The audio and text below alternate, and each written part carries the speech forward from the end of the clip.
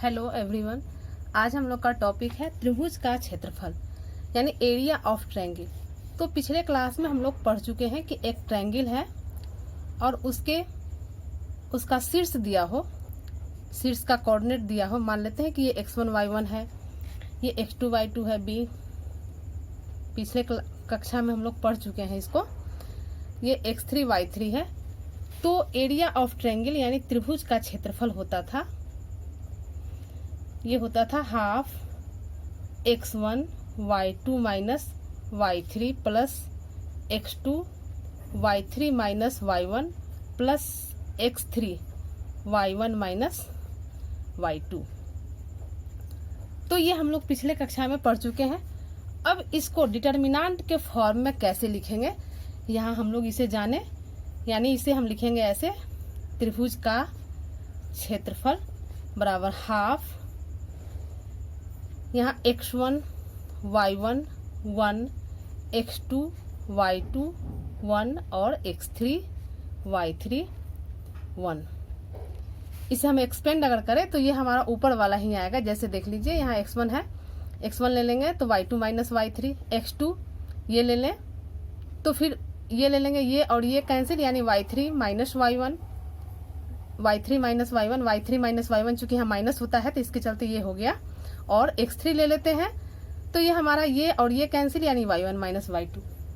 तो ये हमारा डिटर्मिनेंट के फॉर्म में, इस क्षेत्रफल को डिटर्मिनेंट के फॉर्म में लिखकर हम कैसे सॉल्व करेंगे, इसे यहाँ पर इस फॉर्म में लिखकर सॉल्व करेंगे। अब एक चीज हम लोग यहाँ ध्यान दें कि यह क्षेत्रफल, ये जो हम लोग क्षेत्रफल निकालेंगे तो यह निगेटिव भी आता है, पॉजिटिव भी आता है।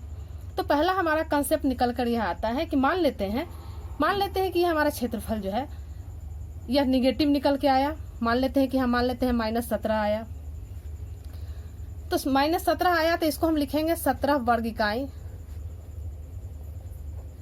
क्योंकि त्रिभुज का क्षेत्रफल हमेशा धनात्मक राशि होता है। इस बात को ध्यान रखेंगे। निगेटिव होगा तब भी हम इसको पॉजिटिव में लिखेंगे, इसलिए कि त्रिभुज का क्षेत्रफल एक धनात्मक राशि होता है। इसलिए हमेशा हम सारणिक का, अगर निगेटिव आए तो सारणिक का हम निरपेक्ष मान लेते हैं। निरपेक्ष मान लेंगे तो पॉजिटिव रहेगा तो पॉजिटिव ही रहेगा, लेकिन निगेटिव रहेगा तो वह जो है हमारा पॉजिटिव हो जाएगा। तो इसको हम लोग ध्यान दें, यानी -17 आएगा तो -17, और अगर प्लस आ गया तो यह ज्यों का त्यों रह जाएगा 17 वर्ग इकाई। इसलिए इस चीज को हमेशा ध्यान में रखें कि निगेटिव अगर आ गया तो हम इसे पॉजिटिव यानी सारणिक का हम लोग निरपेक्ष मान ले लेंगे। तो ये हमारा त्रिभुज का क्षेत्रफल हो गया।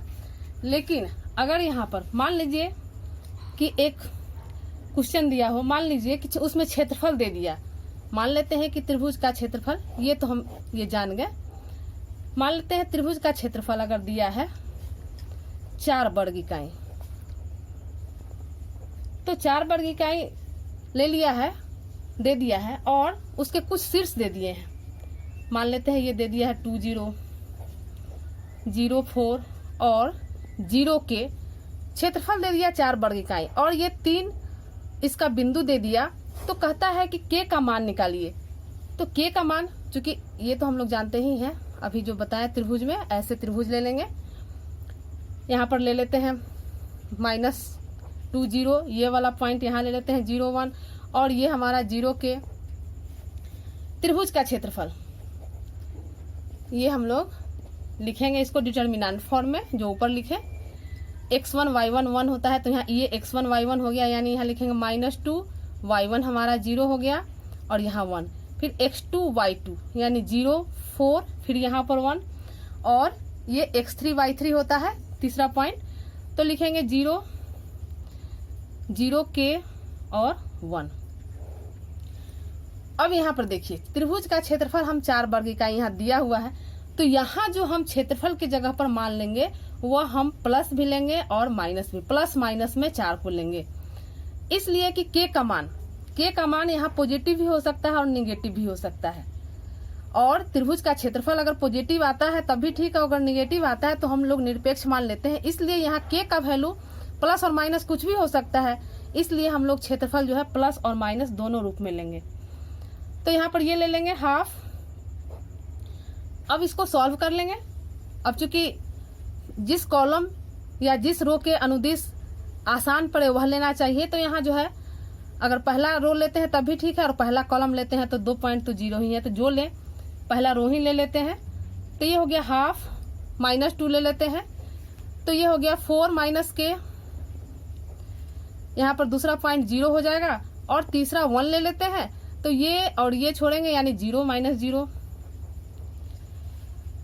ये बराबर हो गया हाफ, ये 0 ये 0, तो यहाँ पर हो गया 2 यहाँ से कैंसिल हो जाएगा, तो यहाँ -4, यहाँ पर 2 × ऐसे लिख देते हैं, 2 - 2 4 - k, ये 2 और 2 कैंसिल हो गया, तो ये हो गया -4 + k।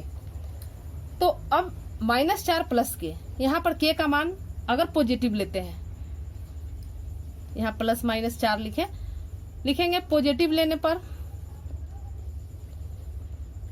लेने पर हमारा क्या हो जाएगा, ये k - 4 बराबर 4, तो यहाँ से देयरफॉर k 8 हो जाएगा, 4 4 8, और फिर निगेटिव लेते हैं। निगेटिव लेने पर तो k - 4 बराबर -4, -4 हो जाएगा, यहाँ आ जाएगा प्लस हो जाएगा, यानी देयरफॉर k बराबर 0। यानी यह जो 4 वर्ग इकाई क्षेत्रफल दिया, यह k के दोनों मानों के लिए संभव है, यानी k बराबर 0 रहेगा तब भी, और k बराबर 8 आएगा तब भी। तो हम लोग इसको इस तरह निकालेंगे। अब हम एक फिर त्रिभुज लेते हैं।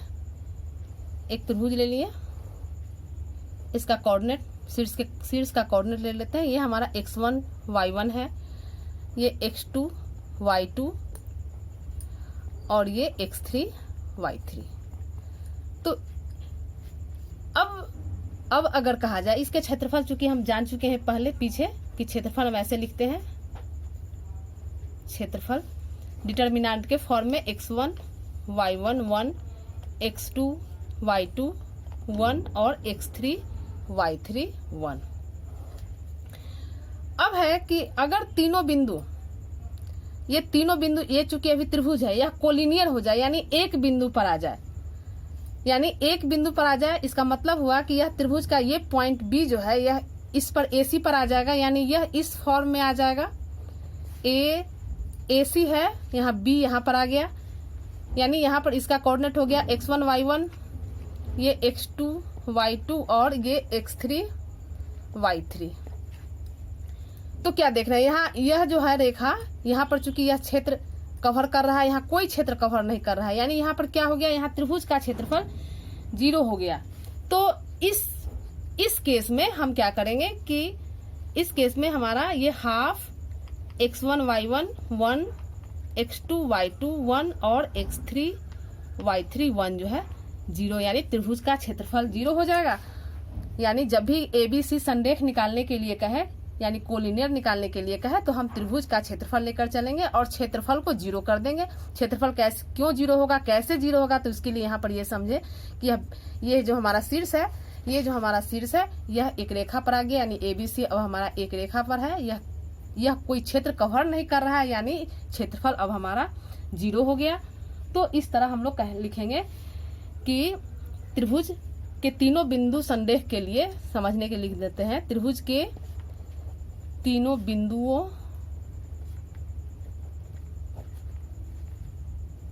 को संरेख होने के लिए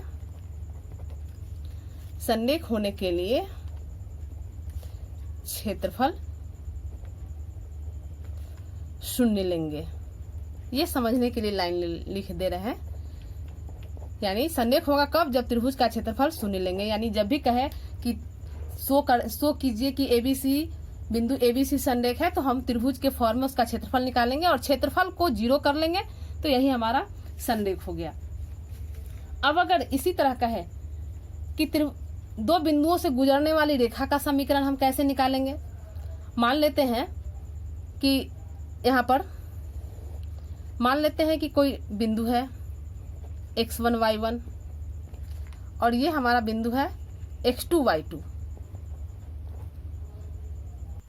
इसी रेखा पर कहीं एक पॉइंट ले लेंगे या आगे कहीं भी एक पॉइंट ले लें। मान लेते हैं कि वह हमारा x और y पॉइंट है।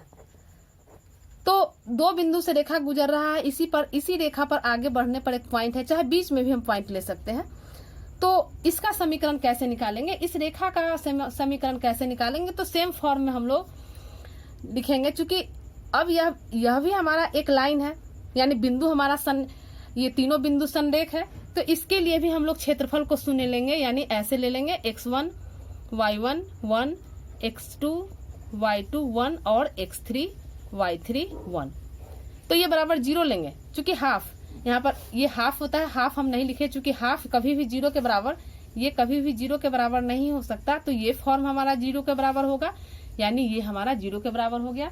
तो हम इसको इस तरह लिखेंगे, यानी इस पर एक एग्जाम्पल ले लेते हैं, देखते हैं एग्जाम्पल एक। मान लेते हैं कि दो बिंदु है, ये 3 1 एक पॉइंट दिया है और दूसरा है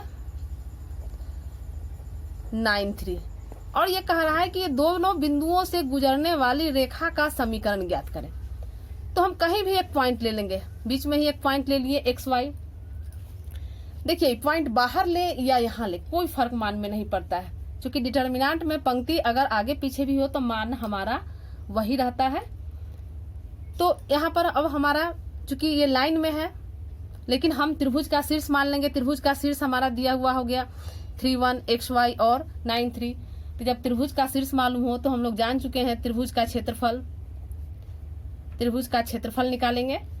तो ये हमारा हो जाएगा हाफ, ये 3 x1 y1 ये हो गया 3 1 1 x2 y2, तो ये हमारा हो गया x y 1, और तीसरा हमारा 9 3 1 हो जाएगा 9 3 1। अब इसे सॉल्व करते हैं, इसको सॉल्व करते हैं तो हमारा हो जाएगा, ये बराबर हो गया हाफ, पहले पंक्ति का अनुदिश हम कर रहे हैं, तो ये हमारा हो जाएगा 3, ये y माइनस 3 माइनस 1, तो ये और ये कैंसिल, यानी x माइनस 9, और फिर प्लस 1, यानी ये तो ये और ये छोड़ देंगे 3x माइनस 9y, ये हो गया 3x माइनस 9y। अब इसे सॉल्व करते हैं, ये बराबर हो गया हाफ, ये 3y माइनस 9 और minus x minus minus plus 9, और ये प्लस 3x माइनस 9y, ये 9 और 9 कैंसिल हो गया। अब हम इसे लिखेंगे हाफ, ये 3y और माइनस 9y, माइनस 6y आएगा, और 3x माइनस x 2x आएगा, इसको ऐसे लिखेंगे 2x माइनस 6y। यहाँ से 2 कॉमन निकाल देंगे, हाफ 2 कॉमन निकाल दिए तो हो गया x माइनस 3y, ये कैंसिल हो गया, ये बराबर आ गया x माइनस 3y। अब चूंकि ये जो है ये पॉइंट तीनों एक ही रेखा पर है, तो लिखेंगे यहाँ पर चूंकि 3 1 xy और यहाँ पर ये लाइन 3 1 xy और 9 3 संरेख है, एक ही रेखा पर है, और 9 3 संरेख है। जब संरेख है तो क्या होगा, अभी ऊपर बताए हैं, ये क्षेत्रफल हमारा शून्य हो जाएगा। क्षेत्रफल शून्य हो गया यानी x माइनस 3y, यानी इम्प्लाइज करेगा x माइनस 3y बराबर 0। तो यही हमारा रेखा का समीकरण हुआ। तो यही हम आज देखें, आज हम लोग पढ़े त्रिभुज का क्षेत्रफल कैसे निकालते हैं डिटर्मिनेंट मेथड से, और उसमें पॉजिटिव आ गया तो आंसर ठीक है, निगेटिव भी आएगा तो हम लोग जो है डिटर्मिनेंट का निरपेक्ष मान लेंगे। ये देखें, फिर अगर क्षेत्रफल दिया हो तो कैसे किसी कोऑर्डिनेट में किसी मान को कैसे ज्ञात करेंगे। अगर ABC दिया हो चाहे के फॉर्म में दिया हो तो हम लोग उसमें प्लस और माइनस दोनों ही लेंगे उस क्षेत्रफल को, और संरेख बिंदु होगा तो कैसे ज्ञात करेंगे।